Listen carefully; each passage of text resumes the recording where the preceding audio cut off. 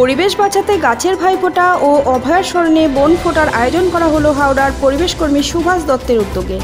পরিবেশ বাঁচাতে দীপান্বিতা অমাবস্যার পর প্রতিপদে বুধবার হাওড়ার তেলকট ঘাটে গাছের ভাইফোঁটার আয়োজন করা হয় বিশিষ্ট পরিবেশকর্মী সুভাষ দত্তের উদ্যোগে। পাশাপাশি অভয়ার স্মরণে আয়োজিত হয় বন ফোঁটা। হাতে বরণ ডালা নিয়ে শাঁখ বাজিয়ে উলুধ্বনি দিতে দিতে গাছের চারিদিকে প্রদক্ষিণ করেন বোনেরা। গাছ ভাইয়ের কপালে লেপে দেওয়া হয় চন্দনের ফোঁটা। এর পাশাপাশি অভয়ার সংগ্রাম এবং লড়াইকে স্মরণ করে এদিন বন ফোঁটা অনুষ্ঠিত হয়। নমস্কার।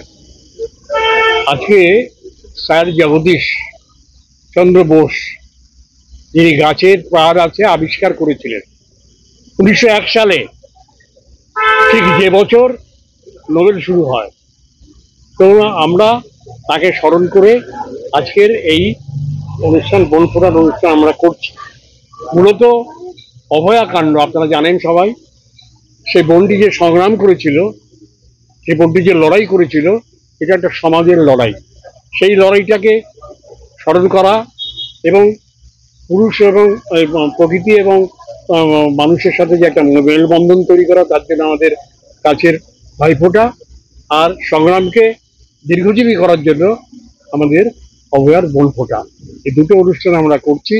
এবং আমার মনে আছে যে আজ থেকে প্রায় বছর 25-30 আগে গাছের জন্য লড়াই করতে গিয়ে মার খেয়েছিলাম।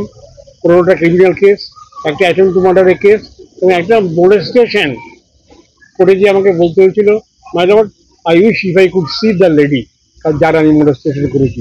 গাছ কাটার বিরুদ্ধে লড়তে গিয়ে এই যে যন্ত্রণা আমরা সহ্য করেছি, সেই যন্ত্রণাটাকে স্মরণ করার জন্য, স্মরণীয় করার জন্য এবং আমাদের বন অভয়ার যে সংগ্রাম, সেই সংগ্রামটাকে দীর্ঘস্থায়ী করার জন্য আজকে আমাদের এই অনুষ্ঠান।